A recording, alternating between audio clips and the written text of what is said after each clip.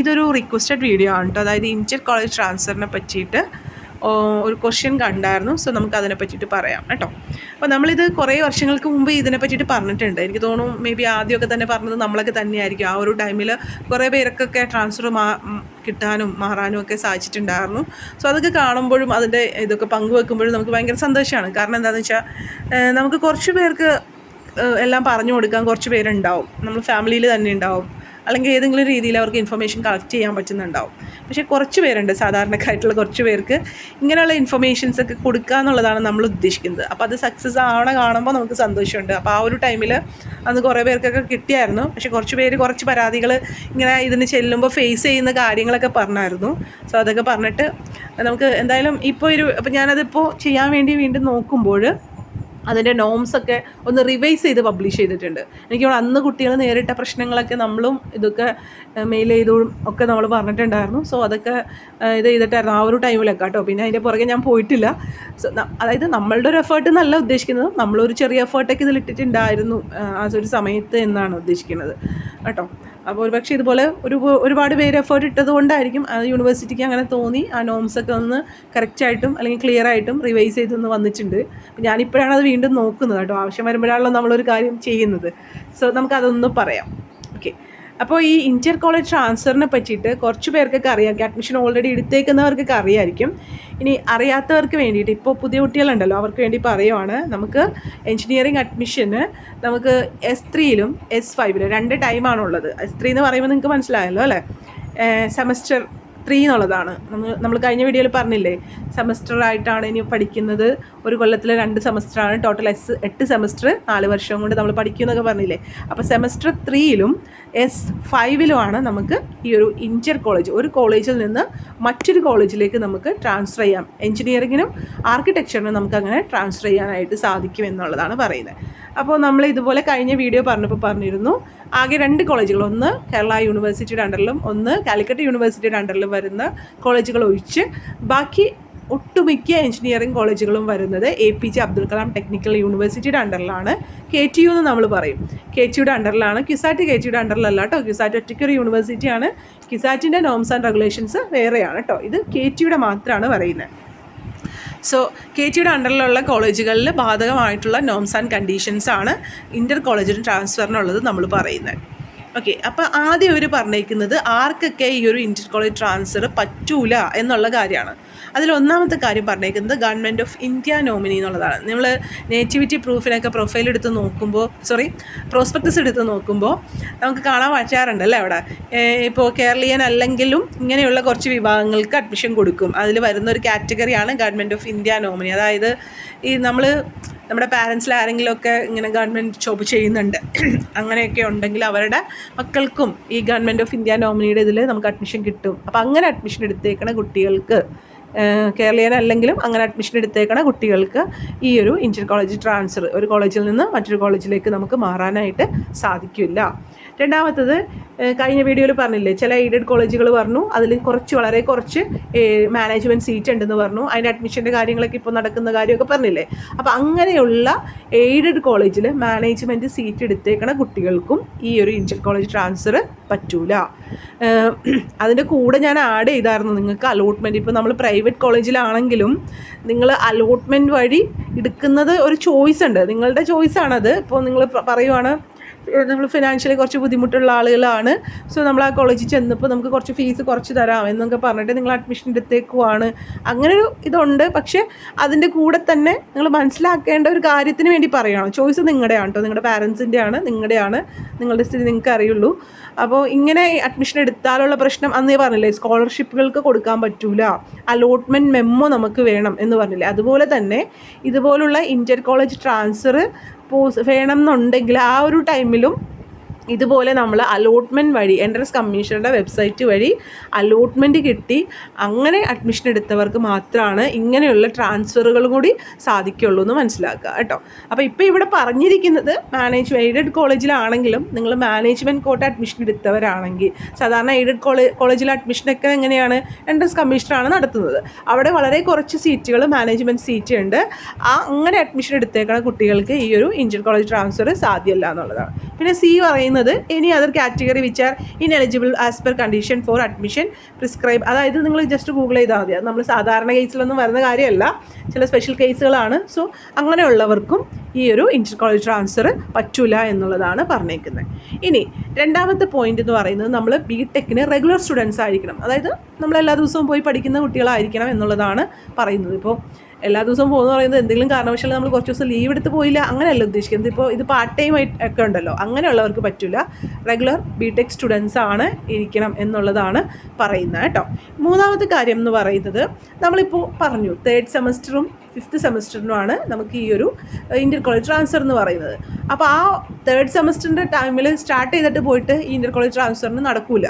അതിന് മുമ്പേ തന്നെ നമ്മൾ ഇതിൻ്റെ കാര്യങ്ങൾ ഒരു 2nd സെമസ്റ്റർ ആകുമ്പോൾ തുടങ്ങി ഇതിൻ്റെ നോട്ടിഫിക്കേഷൻ വരുന്നുണ്ടോ, ഇതിന് എപ്പോഴാണ് കൊടുക്കേണ്ടത്, ഇതിന് കുറച്ച് പ്രൊസീജിയർ ഉണ്ട്. അപ്പോൾ അങ്ങനെയുള്ള കാര്യങ്ങളൊക്കെ നിങ്ങൾ അന്വേഷിക്കുക. അത് ഇപ്പോൾ ചില ഗവൺമെൻറ് കോളേജുകൾ അവരുടെ വെബ്സൈറ്റിൽ നിങ്ങളിപ്പോൾ ഏത് കോളേജിൽ പഠിക്കുന്നവരാണെങ്കിലും ഇതിൻ്റെ ഡേറ്റുകളൊക്കെ വരുന്നത് സെയിം ആണ്. അപ്പോൾ ചില ഗവൺമെൻറ് കോളേജുകൾ അവരുടെ വെബ്സൈറ്റിൽ ഇങ്ങനെയുള്ള നോട്ടിഫിക്കേഷൻസ് ഒക്കെ പബ്ലിഷ് ചെയ്യാറുണ്ട്. അപ്പോൾ അങ്ങനെ ഒരു എക്സാമ്പിളായിട്ട് പറയുകയാണെങ്കിൽ പാലക്കാടിൻ്റെ വെബ്സൈറ്റിലൊക്കെ എപ്പോഴും കാണാറുണ്ട് ശ്രീകൃഷ്ണപുരം അല്ലേ, ഗവൺമെൻറ് എഞ്ചിനീയറിംഗ് കോളേജ് ശ്രീകൃഷ്ണത്തിൻ്റെ വെബ്സൈറ്റിലോ തൃശ്ശൂരിൻ്റെ വെബ്സൈറ്റിലോ ഇങ്ങനെയുള്ള ഇൻ്റർ കോളേജ് ട്രാൻസ്ഫറിൻ്റെയൊക്കെ സാധാരണ കണ്ടുവരും. മറ്റുള്ളവർ ഇടുണ്ടോ എന്ന് എനിക്കറിയില്ല, ഞാൻ നോർമലി കാണുന്ന ഒരു വെബ്സൈറ്റ് ഇങ്ങനെ പറഞ്ഞു എന്നുള്ളൂ കേട്ടോ. അപ്പോൾ അങ്ങനെ ഇടാറുണ്ട്.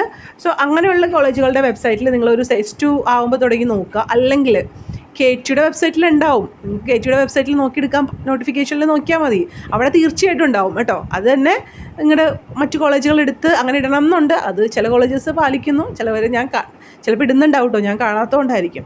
അപ്പോൾ നിങ്ങൾ KTUയുടെ വെബ്സൈറ്റാണ് ഏറ്റവും സേഫ്. നിങ്ങൾ നോക്കുവാണെങ്കിൽ KTUയുടെ വെബ്സൈറ്റിൽ കയറി നോക്കിയാൽ മതി. ഇനി അങ്ങനെ KTUയുടെ വെബ്സൈറ്റിൽ നിങ്ങൾക്ക് കാണാൻ പറ്റിയില്ലെങ്കിലും ഇതുപോലുള്ള ഗവൺമെൻറ് കോളേജുകളുടെ വെബ്സൈറ്റിൽ നിങ്ങൾക്ക് കയറി നോക്കാവുന്നതാണ്. ഇനി മറ്റൊരു വഴി എന്ന് പറഞ്ഞിട്ടുണ്ടെങ്കിൽ നിങ്ങളുടെ ഓഫീസിൽ ഇടയ്ക്ക് കയറി ഇറങ്ങി ചോദിക്കുക. ചിലപ്പോൾ നിങ്ങൾ അവിടെ ചെല്ലുമ്പോൾ അവിടെ ഇരിക്കുന്ന ആ ഒരു സാറ്, ചിലപ്പോൾ ഓഫീസിലെ സാറ് ചിലപ്പോൾ കേട്ടിട്ട് പോലും ഉണ്ടാവില്ല ഇങ്ങനെ ഒരു സംഗതി. അവരെ പറഞ്ഞിട്ട് കാര്യമില്ല, ചിലപ്പോൾ അവർക്ക് അറിയില്ലായിരിക്കും ഇങ്ങനൊരു സംഭവം ഉണ്ട് എന്നുള്ളത്. അപ്പോൾ നിങ്ങൾ ഇത് ജസ്റ്റ് നിങ്ങൾക്ക് ഇതിൻ്റെ നോട്ടിഫിക്കേഷൻ ഉണ്ടാവുമല്ലോ.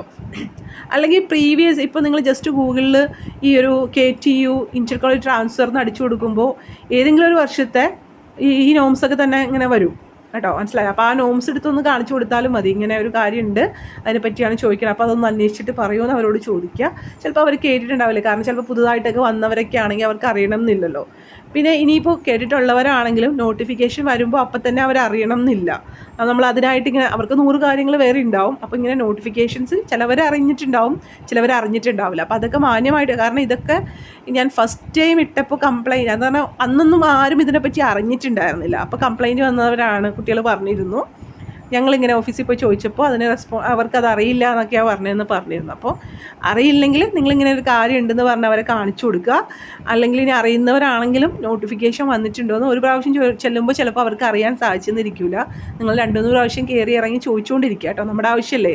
ഒരു പ്രാവശ്യം പോയി ചോദിച്ചപ്പോൾ അവർ പറഞ്ഞില്ല എന്ന് വെച്ചിട്ട് നമ്മളത് വിട്ടുകളയരുത്. നമ്മൾ അതിൻ്റെ പുറകെ ഫോളോ ചെയ്യുക. എന്ത് കാര്യം അങ്ങനെയാണല്ലോ, നമ്മൾ ഫോളോ ചെയ്താൽ കിട്ടാത്തൊരു കാര്യമില്ല കേട്ടോ. എത്ര വയസ്സായിട്ടാണെങ്കിലും കിട്ടാത്തൊരു കാര്യമില്ല. ഓക്കെ, അപ്പോൾ ഞാൻ പറഞ്ഞത് മനസ്സിലായല്ലോ. അപ്പോൾ ഇൻ്റർ കോളേജ് ട്രാൻസ്ഫറിന് നമ്മൾ S2 എത്തുമ്പോഴും തന്നെ S3ലേക്കുള്ള ട്രാൻസ്ഫറിന് വേണ്ടി നമ്മൾ കാര്യങ്ങൾ അന്വേഷിക്കണം. S5ലേക്കാണെങ്കിൽ S4 എത്തുമ്പോഴേ ഇതിൻ്റെ കാര്യങ്ങൾ അന്വേഷിച്ച് ഇതിനോടനുബന്ധിച്ച് കുറച്ച് കാര്യങ്ങൾ ചെയ്ത് കൊടുക്കാനുണ്ട്. അത് ഞാൻ പറഞ്ഞുതരാം, ഇതിൽ തന്നെ പറഞ്ഞു പോകുന്നുണ്ട്. സോ അത് ചെയ്യണം എന്നാണ് പറയുന്നത് കേട്ടോ.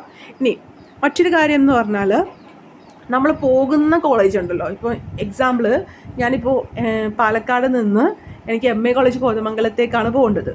സോ MA കോളേജ് കോതമംഗലത്തിൽ കമ്പ്യൂട്ടർ സയൻസാണ് പോകേണ്ടത്. അവിടെ 60 സീറ്റാണ് CS-നുള്ളത്. എക്സാമ്പിളാണ് 60 സീറ്റാണുള്ളത്. സോ ഈ 60 സീറ്റും ഫില്ലാണെങ്കിൽ എനിക്ക് പിന്നെ ആ കോളേജിലേക്ക് പോകാൻ പറ്റില്ല. ഈവൻ ഒരു 59 സീറ്റ് ഫില്ലുള്ളൂ, ഒരു സീറ്റെങ്കിലും ഉണ്ടെങ്കിൽ നിങ്ങൾക്ക് അങ്ങനെ പോകാൻ പറ്റുള്ളൂ. അതായത് ഒരു കോളേജിന് ഇത്ര സീറ്റ് ഇത്ര കോഴ്സിന് എന്നുണ്ട് അല്ലേ, നമുക്കറിയാലോ. ഇൻടേക്ക് എന്ന് പറഞ്ഞാൽ നമ്മൾ കാണണ്ടല്ലോ. അതിൽ നിന്ന് കൂടുതലായിട്ട് ഒരാളെ ഈ ഇൻ്റർ കോളേജ് ട്രാൻസ്ഫറിന് എലിജിബിൾ ആണെങ്കിൽ അവരെ കയറ്റൂല. അവിടെ ആ സീറ്റിൽ വേക്കൻസി ഉണ്ടെങ്കിൽ മാത്രമാണ് നമുക്ക് പോകാനായിട്ട് പറ്റുള്ളൂ കേട്ടോ. ഇനി അടുത്ത കാര്യം എന്ന് പറയുന്നത് ഏതൊക്കെ രീതിയിലാണ് അല്ലെങ്കിൽ എങ്ങനെയൊക്കെയുള്ള കോളേജുകളിൽ നിന്നാണ് നമുക്ക് ഈ ഇൻ്റർ കോളേജ് ട്രാൻസ്ഫർ പെർമിറ്റ് ചെയ്തേക്കണം എന്നുള്ളതാണ്. ഇതൊക്കെ വളരെ ക്ലിയർ ആയിട്ട് ഈ നോട്ടിഫിക്കേഷനിലുണ്ട് കേട്ടോ. പണ്ടൊക്കെയുള്ള നോട്ടിഫിക്കേഷനിലൊന്നും ഇത്ര ക്ലാരിറ്റി ഉണ്ടായിരുന്നില്ല. അപ്പോൾ കുട്ടികളിങ്ങനെ ചില കംപ്ലയിൻറ്റ്സ് ഒക്കെ പറയുമ്പോൾ നിങ്ങളിതെടുത്ത് കാണിച്ചിട്ട് അവരോട് പറയൂ എന്ന് പറയാൻ ഈ നോട്ടിഫിക്കേഷനിലും ഇത് ഇട്ടിട്ടുണ്ടായിരുന്നില്ല. സോ നമ്മളൊക്കെ ആ ഒരു ടൈമിലൊക്കെ ഒരുപാട് മെയിലുകളും കാര്യങ്ങളും ഇതിനൊക്കെ അനുബന്ധിച്ചിട്ട് റിക്വസ്റ്റൊക്കെ പറഞ്ഞ് അയച്ചിട്ടുണ്ടായിരുന്നു. സോ എന്തായാലും എല്ലാവരുടെ ഒരു റിക്വസ്റ്റൊക്കെ ചെല്ലണയും കൊണ്ടായിരിക്കും ഇങ്ങനെ ഒരു കാര്യങ്ങളൊക്കെ അവർ വളരെ മുമ്പ് ചെയ്തിട്ടുണ്ട്. പക്ഷെ ഞാനിപ്പോഴാണിത് വീണ്ടും ഇങ്ങനെ ഒരു ക്വസ്റ്റ്യൻ വന്നപ്പോഴാണിത് ശ്രദ്ധിക്കണേ കേട്ടോ. ഓക്കെ, ഈ നമുക്ക് ട്രാൻസ്ഫർ പറ്റുന്നതെന്ന് പറഞ്ഞാൽ ഗവൺമെൻറ് കോളേജിൽ നിന്ന് എയ്ഡഡ് കോളേജിലേക്കോ എയ്ഡഡ് കോളേജിൽ നിന്ന് ഗവൺമെൻറ് കോളേജിലേക്കോ നിങ്ങൾക്ക് ഇൻ്റർ കോളേജ് ട്രാൻസ്ഫർ സാധ്യമാണ്. മനസ്സിലായത്? നിങ്ങളിപ്പോൾ അതായത് പാലക്കാട് ശ്രീകൃഷ്ണപുരത്ത് പഠിക്കുവാണ്, പാലക്കാട് തന്നെയുള്ള NSSൻ്റെ എയ്ഡഡ് കോളേജിലേക്ക് മാറണം എന്നുണ്ടെങ്കിൽ, അല്ലെങ്കിൽ ഇനി NSSന്ന് ശ്രീകൃഷ്ണപുരത്തേക്ക് മാറണം എന്നുണ്ടെങ്കിൽ ഈ ഇൻ്റർ കോളേജ് ട്രാൻസ്ഫർ നിങ്ങൾക്ക് പോസിബിളാണ്. ഇനി രണ്ടാമത്തെ government and government aided college to self financing college. നിങ്ങൾ ഗവൺമെൻറ് കോളേജിലോ ഗവൺമെൻറ് എയ്ഡഡ് കോളേജിലോ പഠിക്കുവാണ്, നിങ്ങൾക്ക് ഏതെങ്കിലും സെൽഫ് ഫിനാൻസിങ് കോളേജസ് നിങ്ങളുടെ അടുത്തുള്ളതോ അല്ലെങ്കിൽ ഇതിനെക്കാട്ടിയും ബെറ്റർ എന്ന് നിങ്ങൾക്ക് തോന്നുന്നതോ ആയിട്ടുള്ള സെൽഫ് ഫിനാൻസിങ് എന്ന് പറഞ്ഞാൽ പ്രൈവറ്റ് ഇൻസ്റ്റിറ്റ്യൂട്ടിലേക്ക് നിങ്ങൾക്ക് മാറാൻ ഈ ഒരു ഇത് പോസിബിളാണ്. ഇനി മൂന്നാമത്തത് ബിറ്റ്വീൻ സെൽഫ് ഫിനാൻസിങ് കോളേജസ്, അതായത് പ്രൈവറ്റ് കോളേജിൽ നിന്ന് മറ്റൊരു പ്രൈവറ്റ് കോളേജിലേക്കും നിങ്ങൾക്ക് ഇൻ്റർ കോളേജ് ട്രാൻസ്ഫർ പറ്റുന്നതാണ്. ഇതൊക്കെയാണ് കൺഫ്യൂഷൻ ഉണ്ടായിരുന്നത്. ഇനി ഇൻക്ലൂഡിങ് ഗവൺമെൻറ് കൺട്രോൾ. അപ്പോൾ സെൽഫിൽ നിന്ന് ഗവൺമെൻറ് കൺട്രോൾ എന്ന് ഇവിടെ ഉദ്ദേശിക്കുന്നതേ ഗവൺമെൻറ് കൺട്രോൾ എന്ന് ഇവിടെ ഉദ്ദേശിക്കുന്നത് ഗവൺമെൻറ് കോസ്റ്റ് ഷെയറിംഗ് ആണ്. പണ്ടൊക്കെ ഞാൻ പറഞ്ഞല്ലോ ഇതിനെ ഗവൺമെൻറ് കൺട്രോൾ, IHRDയുടെയൊക്കെ കോഓപ്പറേറ്റീവ് ബാങ്കിൻ്റെ LBSൻ്റെ കൺട്രോളുള്ള കോളേജിനെ പറ്റി കഴിഞ്ഞ വീഡിയോയിൽ പറഞ്ഞില്ലേ, ഇതിനെയാണ് ഗവൺമെൻറ് കൺട്രോൾ എന്ന് പറയുന്നത്. അപ്പോൾ നിങ്ങൾ ഏതെങ്കിലും IHRDയുടെ കോളേജിൽ പഠിക്കുവാണ്, അതിൽ നിന്ന് നിങ്ങൾക്ക് കോഓപ്പറേറ്റീവ് ബാങ്കിൻ്റെ അണ്ടറിലുള്ള ഒരു കോളേജിലേക്ക് മാറണം എന്നുണ്ടെങ്കിൽ നിങ്ങൾക്ക് മാറാം. അല്ലെങ്കിൽ IHRDയുടെ കോളേജുകൾ തമ്മിൽ ഇപ്പോൾ നിങ്ങൾ ചെങ്ങന്നൂർ പഠിക്കുവാണ്, മോഡലിൽ സീറ്റ് വേക്കൻസി അങ്ങനെ വരാറില്ല. ഇൻ കേസ് എന്തെങ്കിലും മെക്കാനിക്കലിനോ ബയോമെഡിക്കലിനോ ഒരു സീറ്റ് വേക്കൻസി ഉണ്ട്, അങ്ങോട്ട് നിങ്ങൾക്ക് മാറണം എന്നുണ്ടെങ്കിൽ മാറാം. ഓക്കെ, ഇനി അതല്ല നിങ്ങൾക്ക് ഇനി LBSലേക്ക് മാറണം, LBSൻ്റെ അണ്ടറിലുള്ള പൂജപ്പുരയിലും കാസർഗോഡും അങ്ങനെയുണ്ട്, അതിലേക്ക് മാറണം എന്നുണ്ടെങ്കിൽ മാറാം. ഇനി അതല്ല ശ്രീ ചിത്ര തിരുനാൾ കോളേജ് ഓഫ് എഞ്ചിനീയറിംഗ് KSRTCയുടെ അണ്ടറിൽ വരുന്ന കോളേജാണ്, സോ അതിലേക്ക് മാറണം എന്നുണ്ടെങ്കിലും നിങ്ങൾക്ക് മാറാം. അപ്പം അങ്ങനെയുള്ള കോളേജ് ട്രാൻസ്ഫറുകളും നിങ്ങൾക്ക് സാധിക്കുന്നതാണ്. ഇനി നിങ്ങളിത് പറയുമ്പോൾ ഇതിൽ ഇങ്ങനെ പറഞ്ഞിട്ട് അല്ലെങ്കിൽ ഇങ്ങനെ ചെയ്യാൻ പറ്റില്ല, അതൊക്കെ അന്ന് കുട്ടികൾ ഫേസ് ചെയ്ത കാര്യങ്ങളാണ്. ഞങ്ങൾ ചെന്ന് ചോദിച്ചപ്പോൾ ഇങ്ങനെ ഈ കോളേജിൽ നിന്ന് ഈ കോളേജിലേക്ക് മാറാൻ പറ്റില്ല എന്ന് പറയുമ്പോൾ നിങ്ങൾക്ക് ഈ ഒരു നോംസ് എടുത്ത് കാണിക്കാം. കാരണം ഇത് KTയുടെ നോമാണ്, എല്ലാ കോളേജിനും ഇത് ഫോളോ ചെയ്യാനുള്ള ഇതുണ്ട്. അപ്പം മാന്യമായിട്ട് കേട്ടോ, നിങ്ങൾ ഭയങ്കര റഫായിട്ടൊക്കെ അല്ല പറയേണ്ടത്, മാന്യമായിട്ട് പറഞ്ഞ് അവർക്ക് ഈ നോംസൊക്കെ കാണിച്ചിട്ട് നിങ്ങൾക്ക് ബുദ്ധിമുട്ടാണെങ്കിൽ പാരൻസിനെ കൊണ്ട് ആ ഒരു രീതിയിൽ നിങ്ങൾ തന്നെയാണ് കാര്യങ്ങൾ ചെയ്യേണ്ടത് കേട്ടോ. നമ്മളെല്ലാത്തിനും കേൾപ്പോൾ ഒരു ഇൻ്റർവ്യൂവിനൊക്കെ ചെല്ലുമ്പോഴേ നമ്മൾക്ക് 9% CGP ഉണ്ടെങ്കിലും ആ ഒരു നമ്മുടെ ആ ഒരു ബിഹേവിയർ അല്ലെങ്കിൽ നമ്മളെങ്ങനെ ഫേസ് ചെയ്യുന്ന ഓരോ കാര്യങ്ങളൊക്കെ ഉള്ളതും ഇമ്പോർട്ടൻ്റ് ആണ് കേട്ടോ. അപ്പോൾ ഇങ്ങനെയുള്ള കാര്യങ്ങളൊക്കെ വളരെ നല്ല രീതിയിൽ കോൺഫിഡൻസോടുകൂടി മാന്യമായ രീതിയിൽ ചെയ്യാൻ നിങ്ങൾ പഠിക്കുന്നത് നല്ലതാണ്. അപ്പോൾ നിങ്ങൾ ഇപ്പോൾ ഈ ഒരു കോളേജ് ട്രാൻസ്ഫറിന് ചെല്ലുമ്പോൾ ഒരു പക്ഷേ അവരത് കേട്ടിട്ടില്ല അല്ലെങ്കിൽ ഇങ്ങനെ ഒരു കോളേജ് ട്രാൻസ്ഫർ ഇല്ല എന്ന് പറയുമ്പോൾ നിങ്ങൾക്ക് വെബ്സൈറ്റിൽ നിന്ന് ഇത് ഡൗൺലോഡ് ചെയ്ത് കിട്ടും. മനസ്സിലാവുന്നുണ്ടോ? അതിപ്പോൾ ആ ടൈം അല്ലെങ്കിൽ പോലും കഴിഞ്ഞ വർഷങ്ങളിലൊക്കെ അവിടെ എങ്ങാനും കിടപ്പുണ്ടാവും, ഗൂഗിളിലോ അല്ലെങ്കിൽ വെബ്സൈറ്റിൽ തന്നെയോ കിടപ്പുണ്ടാവും. അപ്പോൾ നിങ്ങൾ അതെടുത്തിട്ട് അവരെ ഇങ്ങനെ കാണിച്ചിട്ടുണ്ടെങ്കിൽ, ഇനിയിപ്പോൾ ഫോണിൽ കാണിക്കാൻ ബുദ്ധിമുട്ടാണെങ്കിൽ ചിലർക്ക് ഫോണിൽ നോക്കാൻ ബുദ്ധിമുട്ടുണ്ടാവും, സോ ഒരു പ്രിൻ്റ് എടുത്തിട്ട് കാണിക്കുവാണെങ്കിൽ ഇങ്ങനെയുള്ള കോളേജ് ട്രാൻസ്ഫറുകൾ ഉണ്ട്, സോ എനിക്കിത് വേണം എന്ന് പറഞ്ഞിട്ടുണ്ടെങ്കിൽ അവർ അവിടെ സീറ്റ് ഉണ്ടെങ്കിലും ഒക്കെ നിങ്ങൾക്ക് അത് തരാൻ ബാധ്യസ്ഥരാണ്. അപ്പോൾ മനസ്സിലായല്ലോ, ഇങ്ങനെയുള്ള 3 കണ്ടീഷൻസാണ്. അപ്പോൾ സെൽഫ് ഫിനാൻസിലേക്ക് മാറാം, ഇൻക്ലൂഡിങ് ഗവൺമെൻറ് കൺട്രോളിലേക്ക് മാറുന്നതിന് കുഴപ്പമില്ല. അതുപോലെ തന്നെ government control, between government control engineering കോളേജുകളിലേക്കും നിങ്ങൾക്ക് മാറാം കേട്ടോ, അതിന് കുഴപ്പമില്ല എന്നാണ് ഇവിടെ പറഞ്ഞേക്കുന്നത്. ഇനി 6ാമത്തെ കാര്യം പറയുന്നത്, ഇത് ഇഷ്യൂ ചെയ്യുന്നത് notification inviting application for inter college transfer will be issue by the university during the 2nd semester or 4th semester. ആ ഒരു ഞാൻ പറഞ്ഞല്ലോ, നിങ്ങളിപ്പോൾ 3rd സെമസ്റ്ററിലാണ് മാറുന്നതെങ്കിൽ ഇതിൻ്റെ നോട്ടിഫിക്കേഷൻ വരുമ്പോഴേ ഇതിന് വേണ്ടി നിങ്ങൾ പ്രിപ്പയർ ചെയ്ത് കാര്യങ്ങൾ ചെയ്യാനുണ്ട്. അത് താഴേക്ക് വരുമ്പോൾ കാണിച്ചു തരാം. ഇനി ഇതിന് കുറച്ച് അക്കാദമിക് എലിജിബിലിറ്റി ഉണ്ട്. പണ്ടൊക്കെ ഇതിനെ നമുക്ക് കീവിൻ്റെ റാങ്കായിരുന്നു നോക്കിക്കൊണ്ടിരുന്നത്. ആ ഫസ്റ്റ് ടൈം സ്റ്റാർട്ട് ചെയ്തപ്പോഴൊക്കെ ഇതിൻ്റെ നോക്കുക കീവിൻ്റെ റാങ്കാണ്. പക്ഷേ ഇപ്പം അങ്ങനെയല്ല, നമ്മളുടെ S3 വരെയുള്ള CGPAയോ അല്ലെങ്കിൽ GPAയോ കാൽക്കുലേറ്റ് ചെയ്ത് അതിൻ്റെ ബേസിലാണ് നിങ്ങൾക്ക് ഈ അഡ്മിഷൻ കിട്ടുന്നത്. ഇത് ഇവിടെ ഇപ്പോൾ പ്രശ്നം വരുന്നത് എന്താണെന്ന് വെച്ചിട്ടുണ്ടെങ്കിൽ, ഇപ്പോൾ നിങ്ങൾ ഇത് താഴെയിട്ടുള്ള പോയിൻറ്റ്സാണ് കേട്ടോ. അപ്പോൾ ഞാനിങ്ങനെ പറഞ്ഞു പോവുകയാണ്. നിങ്ങളിപ്പോൾ ഇപ്പോൾ MA കോളേജ് തന്നെ എടുത്തു, കമ്പ്യൂട്ടർ സയൻസ് തന്നെ എടുത്തു, അവിടെ 2 സീറ്റാണ് വേക്കൻസി ഉള്ളത്. നിങ്ങളും വേറൊരു കൊടുത്തിട്ടുണ്ട് എങ്കിൽ ഓക്കെയാണ്, 2 പേർക്കും സീറ്റുണ്ട്, 2 പേർക്കും അവിടെ കിട്ടി, നിങ്ങളുടെ അക്കാദമിക് എലിജിബിലിറ്റി നോക്കിയിട്ട് കിട്ടി. ഓക്കെ, അപ്പോൾ വേറെ കാര്യം കൂടി ഉണ്ട് കേട്ടോ, നല്ല രീതിയിലുള്ള ഒരു അക്കാദമിക് ഉണ്ടാവണം എന്നുള്ളതുണ്ട് കേട്ടോ. കാരണം ഒരു കോളേജ് അവരെ സ്വീകരിക്കണമെങ്കിൽ മോശമായിട്ടുള്ള റെക്കോർഡുള്ള ആരെയും അങ്ങനെ സ്വീകരിക്കുമല്ലോ. അവൻ നമ്മുടെ കോളേജിലേക്ക് വന്നോട്ടെ കുഴപ്പമില്ല എന്ന് പറയൂലല്ലോ. അപ്പോൾ അതും ഇമ്പോർട്ടൻ്റ് ആണ്. അപ്പോൾ ഇതൊക്കെ കാണുമ്പോൾ നിങ്ങൾ ഇങ്ങനെ ഇത്രയൊക്കെ ഫോർമാലിറ്റി ഉണ്ടോ ഇതിന് വേണ്ടി പുറകെ കിടക്കണമെന്നൊന്നും ഇല്ല കേട്ടോ. നിങ്ങൾക്ക് ആവശ്യമുണ്ടെങ്കിൽ നിങ്ങൾ ആപ്ലിക്കേഷൻ കൊടുക്കുക, അത് നിങ്ങളുടെ ഇതനുസരിച്ചിട്ട് നിങ്ങൾക്ക് കിട്ടും. അപ്പോൾ ഞാനിപ്പോൾ പറഞ്ഞു വന്നത് എന്താണെന്ന് വെച്ചിട്ടുണ്ടെങ്കിൽ, ഇപ്പോൾ 2 സീറ്റുള്ളൂ, 2 പേര് അപ്ലൈ ചെയ്തിട്ടുള്ളൂങ്കിൽ ഓക്കെ, 2 പേർക്കും എലിജിബിലിറ്റി അനുസരിച്ച് കിട്ടും. 3 പേരുണ്ടെങ്കിൽ, ഇപ്പോൾ 2 സീറ്റുള്ളൂ, 3 പേര് കൊടുത്തിട്ടുണ്ടെങ്കിൽ അവിടെ നമ്മുടെ ഈ പറയുന്ന പോലെ ഈ നമ്മുടെ CGPA അല്ലെങ്കിൽ GPA നോക്കിയിട്ട് അതിൻ്റെ ബേസിലാണ് കിട്ടുന്നത്. അപ്പോൾ ടൈ ഒക്കെ വരുവാണെങ്കിൽ അവിടെ മാത്സ്, ഫിസിക്സ്, കെമിസ്ട്രിയുടെ അല്ലെങ്കിൽ ഇതിൻ്റെയൊക്കെ മാർക്ക് ഇങ്ങനെ നോക്കിയിട്ടാണ് നമുക്ക് ഈ ഒരു ഇത് കൊടുക്കുക കേട്ടോ. മനസ്സിലാവുണ്ടല്ലോ. ഇനി ഈ ഒരാൾക്ക് ഒരു പ്രാവശ്യം മാറാൻ പറ്റുള്ളൂ കേട്ടോ. S3ലും S5ലും മാറാമെന്ന് നമ്മൾ പറഞ്ഞു. പക്ഷേ S3ൽ മാറിയേക്കുന്ന ആൾക്ക് വീണ്ടും S5ൽ വേറൊരു കോളേജിലേക്കോ തിരിച്ചിങ്ങോട്ടോ വരാനായിട്ട് പറ്റില്ല, അവിടെ തന്നെ പഠിക്കണം. അതൊക്കെ ആലോചിച്ചെടുക്കേണ്ട തീരുമാനങ്ങളാണ്. സോ അതായിട്ട് ആലോചിച്ചെടുക്കുക. ഇനി അടുത്ത കാര്യം പറയുന്നത്, the request for the transfer shall be submitted to college in which the transfer, അതായത് നിങ്ങൾ ആദ്യം തന്നെ കൊടുക്കേണ്ടത് നിങ്ങൾ പഠിക്കുന്ന കോളേജിലെ പ്രിൻസിപ്പലിനാണ്. അപ്പോൾ അദ്ദേഹമാണ് തീരുമാനിക്കേണ്ടത് ഇവിടെ നിന്ന് വിടണോ, ഇവന് TC കൊടുത്ത് അങ്ങോട്ട് അപ്രൂവ് ചെയ്യണമെന്ന്. ഇനി അത് കഴിഞ്ഞിട്ട് ഇത് അപ്രൂവ് ചെയ്ത് കഴിഞ്ഞാലും മറ്റേ കോളേജിലെ സാർ തീരുമാനിക്കണം ഇവിടെ ഇങ്ങനെ വരണോ എന്നുള്ള കാര്യങ്ങൾ. അപ്പോൾ അവർക്ക് ചെറുതായിട്ടുള്ളൊരു റോൾ ഇതിലുണ്ട്. പക്ഷേ ഇതൊരു വലിയ പ്രോസസ്സാണെന്ന് വിചാരിച്ചിട്ട് നിങ്ങൾ ആവശ്യമുണ്ടെങ്കിൽ കളയരുത്, നിങ്ങളത് ആവശ്യമുണ്ടെങ്കിൽ എടുക്കാൻ തന്നെ നോക്കുക. വലിയ പ്രോസസ്സിൻ്റെ ഒരു കാര്യമില്ല. അത് ഇങ്ങനെ പറയുമ്പോൾ, ഈ നോംസൊക്കെ പറയുമ്പോൾ ഇതൊക്കെ പറയേണ്ട ആവശ്യമുള്ളത് കൊണ്ട് പറയുന്നതാണ് കേട്ടോ.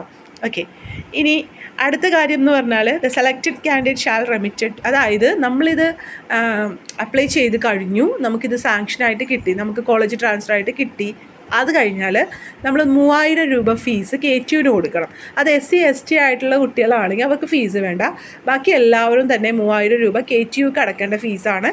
അത് ഓൺലൈനായിട്ട് അടക്കാം. ആ ഒരു ടൈമിൽ നിങ്ങളോട് പറയും KTUക്ക് ഫീസ് അടക്കാനായിട്ട്, അത് അടക്കണം എന്നുള്ളതാണ് കേട്ടോ. 3000 രൂപയാണ് ഇതിന് ചിലവ് വരുന്നുള്ളൂ. ഓക്കെ, ഇനി അല്ലെങ്കിൽ ചിലവ് വരുന്നത്. Okay, the college transfer once approved by the receiving college will final, അതായത് നമ്മളിപ്പോൾ തീരുമാനിക്കുവാണ് ഇങ്ങനെ ഒരു കോളേജ് ട്രാൻസ്ഫർ ഉണ്ട്, എനിക്ക് പോകണം. ദെൻ ഞാൻ എല്ലാ ആപ്ലിക്കേഷൻ കൊടുത്തു, എല്ലാ കാര്യങ്ങളും ചെയ്തു, സാങ്ഷനായിട്ട് കിട്ടിക്കഴിഞ്ഞപ്പോൾ എനിക്ക് വീണ്ടും തോന്നുവാണ് എനിക്കിവിടെ നിന്ന് പോകാൻ കുറച്ച് ബുദ്ധിമുട്ടുണ്ട്, അല്ലെങ്കിൽ ഈ കോളേജാണ് അതിലും നല്ലതായിരുന്നു എന്നൊക്കെ തോന്നിയാലും രക്ഷയില്ല, നമ്മൾ അങ്ങോട്ട് പോകണം കേട്ടോ. അപ്പോൾ അത് ആലോചിച്ച് തീരുമാനിക്കുക, പോകണോ വേണ്ടോ, ഈ കോളേജിനെക്കാട്ടിയും ബെറ്റർ ഓപ്പർച്യൂണിറ്റീസ് അവിടെ ഉണ്ടോ, പ്ലേസ്മെൻ്റ് ഒക്കെ ഈ കോളേജിനെക്കാട്ടിയും നന്നായിട്ടുണ്ടെങ്കിൽ തീർച്ചയായിട്ടും ഫ്രണ്ട്സ് ഒരു ഇതായിട്ട് നിൽക്കരുത് കേട്ടോ. കാരണം ഫ്രണ്ട്ഷിപ്പ് എന്ന് പറയുന്നത് ഇമ്പോർട്ടൻ്റ് ഉണ്ട്, ഇല്ല എന്നൊന്നും പറയുന്നില്ല. പക്ഷേ നമ്മുടെ ഫ്യൂച്ചർ അതിൽ കൂടുതൽ ഇമ്പോർട്ടൻ്റ് ഉണ്ട്. നിങ്ങളിപ്പോൾ നിങ്ങളുടെ പാരൻസിൻ്റെ അടുത്തൊക്കെ തന്നെ ചോദിച്ചാൽ മനസ്സിലാവും. ആ ഒരു 19-20 വയസ്സിൽ നിങ്ങളുടെ ഫ്രണ്ട്സ് ആയിട്ടുള്ളവർ തമ്മിൽ എത്ര കണക്ഷനുണ്ട്. ഇപ്പോൾ അവരുടെ ഫ്രണ്ട്സ് അവർ തന്നെയാണ് ഉണ്ടാവും. പക്ഷേ ഫ്യൂച്ചർ എന്ന് പറയുന്ന ഒരു കാര്യം കൂടി ഉണ്ട്. അപ്പോൾ കുറച്ച് ബെറ്റർ ഓപ്പർച്യൂണിറ്റീസ് നമ്മളിപ്പോൾ പഠിക്കുന്നതിനെക്കാട്ടിയും ബെറ്റർ ആയിട്ടൊരു കോളേജിലുണ്ട്. പക്ഷേ ഇവിടെ ഫ്രണ്ട്സാണ് തടഞ്ഞ് ഞാൻ കാണാറുണ്ട്. മിക്കപ്പോഴും ഒരു അലോട്ട്മെൻറ്റ് കിട്ടിയാലേ, ഫസ്റ്റ് അലോട്ട്മെൻറ്റ് വന്നു, ചിലപ്പോൾ നമ്മൾ വിചാരിച്ച കോളേജിലേക്ക് നമുക്ക് കിട്ടുന്നത് ചിലപ്പോൾ ക്ലാസ് തുടങ്ങി കഴിഞ്ഞിട്ടൊക്കെ ആയിരിക്കും. അപ്പോൾ നമ്മൾ കോളേജിൽ പോയി കുറച്ച് കൂട്ടൊക്കെ ആയി ഫ്രണ്ട്സ് ആയി കഴിഞ്ഞാൽ പിന്നെ അവിടെ നിന്ന് പോവാൻ നമ്മൾ ഫ്യൂച്ചറിനത് നല്ലതാണെങ്കിലും നമുക്കൊരു മടി ഉണ്ടാവും. പക്ഷെ ഓർക്കുക, നമ്മൾ അവിടെ ചെന്നാലും മേ ബി ഇതിനെക്കാട്ടിയും ബെറ്റർ ഫ്രണ്ട്സും ഫ്രണ്ട്ഷിപ്പും ഒക്കെ നമുക്ക് കിട്ടും. നമുക്കിത് കീപ്പ് ചെയ്ത് പോകാമല്ലോ. ഇപ്പോൾ നമുക്കെല്ലാ സോഷ്യൽ മീഡിയാസും ഉണ്ട്. സോ നമുക്കിവിടെ കിട്ടിയ ഒരു ഇതും നമുക്ക് കീപ്പ് ചെയ്ത് പോവാം. പിന്നെ ഫ്യൂച്ചർ കുറച്ച് ഇമ്പോർട്ടൻ്റ് ആണ് നമുക്ക്. സോ അതൊന്ന് ശ്രദ്ധിച്ചേക്കാം എല്ലാവരും കേട്ടോ. ഓക്കെ, അപ്പോൾ ഇവിടെ ഇപ്പോൾ പറയുന്ന കാര്യം, നിങ്ങൾക്ക് ഒരു പ്രാവശ്യം ഇത് അപ്രൂവ് ചെയ്ത് കിട്ടിയാൽ പിന്നെ ഇങ്ങോട്ട് തിരിച്ച് വരാൻ പറ്റില്ല. നമുക്ക് അപ്രൂവ് ചെയ്ത് കിട്ടിയ കോളേജിൽ തന്നെ നമ്മൾ പോവേണ്ടതായിട്ട് വരും കേട്ടോ. ഞാൻ നേരത്തെ പറഞ്ഞ ഒരു കാര്യമാണ് 13ാമത്തെ പോയിന്റ് പറയുന്നത്. S3ൽ കിട്ടിയ ഒരാൾക്ക് S5ൽ വീണ്ടും ഇങ്ങനെ തിരിച്ചു പോരണം എന്ന് വിചാരിച്ചാലോ അല്ലെങ്കിൽ വേറൊരു കോളേജിലേക്കോ നമുക്ക് ട്രാൻസ്ഫർ കിട്ടൂല. ഇനി ഇവിടെ പ്രൊസീജിയർ പറയേണ്ടത് എന്തൊക്കെയാണ് ഇങ്ങനെയുള്ള കാര്യങ്ങൾക്ക് വേണ്ടി ചെയ്യേണ്ടതെന്ന്. അപ്പോൾ ഇതിനൊരു നോട്ടിഫിക്കേഷൻ കയറ്റിയിടും, എന്നിട്ട് കുറച്ച് ഡേറ്റുകൾ വെക്കും. ആ ഡേറ്റിനുള്ളിൽ ഇന്ന കാര്യങ്ങൾ ചെയ്യണം കേട്ടോ. ഒരു നോട്ടിഫിക്കേഷൻ പണ്ടത്തെ എപ്പോഴും എടുത്തൊന്ന് കാണിച്ചു തരാം കേട്ടോ, അപ്പോൾ നിങ്ങൾക്ക് മനസ്സിലാവും. അപ്പോൾ ഒന്നാമത്തെ സ്റ്റെപ്പ് എന്ന് പറയുന്നത് നമ്മൾ പഠിക്കുന്ന കോളേജിലെ പ്രിൻസിപ്പാളിന് നമ്മളൊരു റിക്വസ്റ്റ് ലെറ്റർ കൊടുക്കുക എന്നുള്ളതാണ്. എനിക്ക് ഇന്ന കോളേജിൽ ഒരു പോകണം, ഇന്റർ കോളേജ് ട്രാൻസ്ഫർ വേണം എന്നുള്ളൊരു റിക്വസ്റ്റ് കൊടുക്കുക എന്നുള്ളതാണ്. മേ ബി അതിനൊരു ചിലപ്പോൾ ഫോമാറ്റുള്ള ആപ്ലിക്കേഷൻ ഫോമൊക്കെ കിട്ടുമായിരിക്കും, ചിലപ്പോൾ വെബ്സൈറ്റിൽ തന്നെ ഡൗൺലോഡ് ചെയ്യാൻ കിട്ടുമായിരിക്കും, അല്ലെങ്കിൽ നിങ്ങളുടെ കോളേജിലുണ്ടാവും, അല്ലെങ്കിൽ വൈറ്റ് പേപ്പറിൽ എഴുതി കൊടുത്താൽ മതിയോ. ഇപ്പോൾ എങ്ങനെയാണെന്നുള്ളത് അത് നിങ്ങൾ ആ കോളേജിൽ തന്നെയാണ് ചോദിക്കേണ്ടത് കേട്ടോ. ഇനി രണ്ടാമത്തെ കാര്യം പറയുന്നത്, ഈ നിങ്ങൾ the principal of college a may or may not be recommend transfer.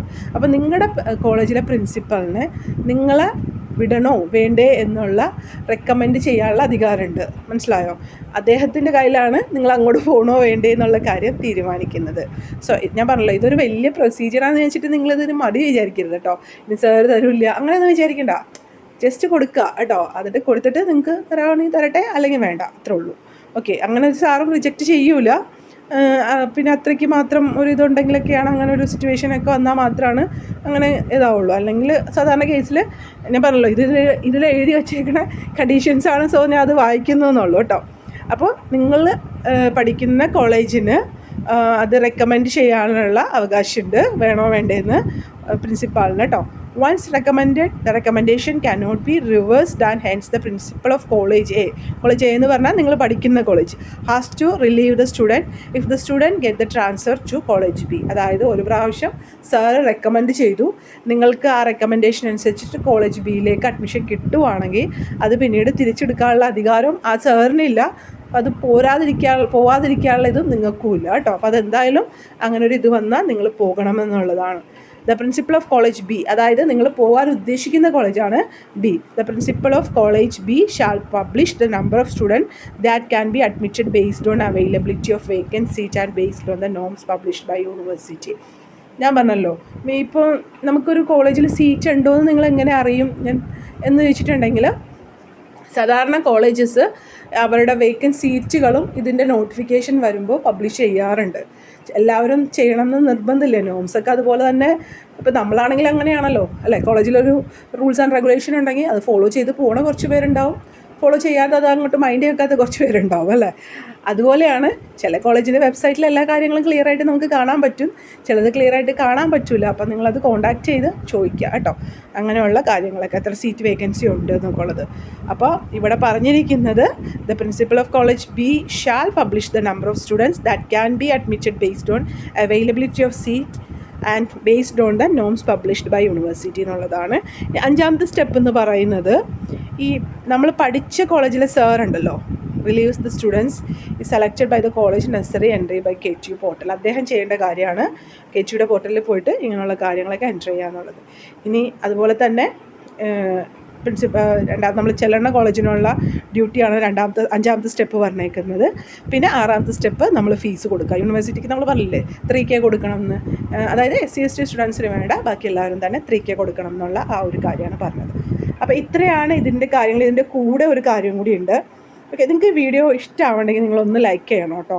അതുപോലെ തന്നെ നിങ്ങൾക്ക് ഇതുപോലുള്ള അപ്ഡേറ്റുകൾ കിട്ടാനായിട്ട് ചാനൽ സബ്സ്ക്രൈബ് ചെയ്യാനും മറക്കണ്ട കേട്ടോ. കുറച്ച് ഹെൽപ്ഫുള്ളായിട്ടാണ് നമ്മളെല്ലാ കാര്യങ്ങളും പറഞ്ഞു തരുന്നത്.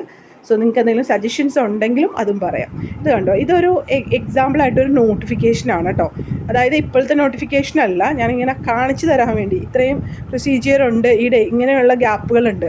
അപ്പോൾ ഇതിൽ ഡേറ്റ് വന്നേക്കുന്നത് August 17th ആണ്. സോ ഞാൻ പറഞ്ഞല്ലോ, ഒരു ജൂൺ ലാസ്റ്റ് ഓഗസ്റ്റൊക്കെ ആകുമ്പോഴത്തേക്കും നിങ്ങൾ, അതായത് ഈ ഒരു മന്ത് നിങ്ങൾ നോക്കണ്ട, നിങ്ങൾ നിങ്ങളുടെ കോളേജിൽ അതിന് എൻക്വയറി നോക്കുക, വെബ്സൈറ്റുകൾ നോക്കുക ഒക്കെ ചെയ്യേണ്ടത് കേട്ടോ. അപ്പോൾ ഇതിൽ submission of application by students directly to the present college, അതായത് നമ്മൾ പറഞ്ഞില്ലേ നമ്മൾ പഠിക്കുന്ന കോളേജിന് റിക്വസ്റ്റ് കൊടുക്കണം എന്ന് പറഞ്ഞില്ലേ, ആ ഒരു ഡേറ്റാണ് ഇവിടെ കൊടുത്തേക്കുന്നത്. ഇതിൽ പറയുന്ന ഡേറ്റ് ആണ് കേട്ടോ, എപ്പോഴും ഈ ഡേറ്റ് അല്ല. 17th August ആണ്, ദെൻ ടു 20th വരെയാണ്. അപ്പോൾ 3 ദിവസമേ ഉള്ളൂ അതിന് വേണ്ടി. മനസ്സിലാവുന്നുണ്ട്. ചിലപ്പോൾ ഡേറ്റുകൾ ഇപ്പോൾ നിങ്ങൾ ഇൻ കേസ് ഒന്ന് മാറിപ്പോയി, ആ ഡേറ്റ് കഴിഞ്ഞു പോയി എന്ന് പറഞ്ഞാൽ നിങ്ങൾ വെബ്സൈറ്റിൽ പോയി ഒന്ന് നോക്കുക, എന്തെങ്കിലും അത് എക്സ്റ്റെൻഡ് ചെയ്തിട്ടുണ്ടോ, അല്ലെങ്കിൽ വേറെ എന്തെങ്കിലും വഴിയുണ്ടെന്ന് KTUയുടെ വെബ്സൈറ്റിൽ ഫോൺ നമ്പേഴ്സ് ഉണ്ട്, കോൺടാക്റ്റ് ചെയ്യുക, നിങ്ങൾക്ക് അവൈലബിൾ ആണ്. പിന്നെ ഇങ്ങനെയുള്ള നിങ്ങൾക്കറിയാമല്ലോ, ഇങ്ങനെയുള്ള കോൺടാക്റ്റ് ഒക്കെ ചെയ്യുമ്പോൾ ചിലപ്പോൾ ഒരു നമ്പർ തന്നെ വിളിക്കുമ്പോൾ കിട്ടണം എന്നില്ല, ചിലപ്പോൾ ഒരു പ്രാവശ്യം വിളിക്കുമ്പോൾ കിട്ടണം എന്നില്ല, ആവശ്യം നമ്മുടെയാണ്. സോ അതനുസരിച്ചിട്ട് നിങ്ങൾ ചെയ്യുക കേട്ടോ. മാക്സിമം KTUയുടെ വെബ്സൈറ്റിലുള്ള നമ്പറൊക്കെ നമ്മൾ കോൺടാക്റ്റ് ചെയ്താൽ കറക്റ്റ് ഇൻഫർമേഷൻസ് കിട്ടാറുണ്ട്. പക്ഷേ ഇതൊന്നും മെഷീൻസ് അല്ലല്ലോ, മനുഷ്യന്മാരല്ലേ. സോ എന്തെങ്കിലുമൊക്കെ ഇത് നേരിട്ടാൽ നിങ്ങൾ വീണ്ടും ട്രൈ ചെയ്തുകൊണ്ടിരിക്കുക കേട്ടോ. ഓക്കെ, അപ്പോൾ രണ്ടാമത്തെ കാര്യം, ആദ്യത്തെ കാര്യം മനസ്സിലായല്ലോ. നമ്മുടെ റിക്വസ്റ്റ് കൊടുക്കുന്ന ഒരു ഡേറ്റ് വന്നേക്കുന്ന 3 ദിവസമുള്ളൂ. അപ്പോൾ ആ ദിവസത്തിനുള്ളിൽ കൊടുക്കുക എന്നുള്ളതാണ്. പിന്നെ മറ്റ് പ്രൊസീജിയറാണ്, റെക്കമെൻഡേഷൻ ലെറ്റർ. നമ്മുടെ സാറ് നമുക്ക് തരുന്ന റെക്കമെൻഡേഷൻ ഇന്ന സമയത്തിനുള്ളിൽ ഇത്ര ദിവസത്തിനുള്ളിൽ തരും. അത് കഴിഞ്ഞിട്ട് നമ്മൾ ഓപ്റ്റ് ചെയ്തേക്കുന്ന കോളേജിലേക്ക് സബ്മിഷൻ വരുന്ന ഡേറ്റ്, അതും 2-3 ദിവസങ്ങളാണ്. അതിനുശേഷം ആ സാർ റെക്കമെൻഡ് ചെയ്യുന്ന ഒരു ടൈം പീരീഡ്. പിന്നെ ലാസ്റ്റ് നമ്മൾ ഡേറ്റ്, ഫീസ് അടക്കേണ്ട ഡേറ്റ്. ഇപ്പോൾ ഇവിടെ ഓഗസ്റ്റ് 17 സ്റ്റാർട്ട് ചെയ്തിട്ട് നമ്മൾക്ക് ഫീസ് അടക്കാൻ സെപ്റ്റംബർ 20 എന്നുള്ള ഡേറ്റാണ് വന്നേക്കുന്നത്. അപ്പോൾ അത്രയും ദിവസത്തെ ഒരു പ്രൊസീജിയർ ഇതിൽ നടക്കുന്നുണ്ട് കേട്ടോ. ഇനി ഇത്രയും കാര്യങ്ങളാണ് ഇതിൽ പറയാനുള്ളത്. നിങ്ങൾക്ക് ഏകദേശം ക്ലിയർ ആയിട്ടുണ്ടെന്ന് തോന്നുന്നു അല്ലേ? എന്തെങ്കിലും സജഷൻസ് ഉണ്ടെങ്കിൽ പറയാം, ക്വയറീസ് ഉണ്ടെങ്കിൽ ചോദിക്കാം. സമയം പോലെ അതിന് റിപ്ലൈസ് തരുന്നതാണ്. പിന്നെ നിങ്ങൾക്ക് ഡയറക്റ്റ് എന്നെക്കാട്ടിയും കുറച്ചും കൂടി നല്ലത് നിങ്ങൾ KTUയോട് കോൺടാക്റ്റ് ചെയ്ത് ചോദിക്കുന്നത് തന്നെയാണ് കേട്ടോ. Take care, stay blessed. Thank you.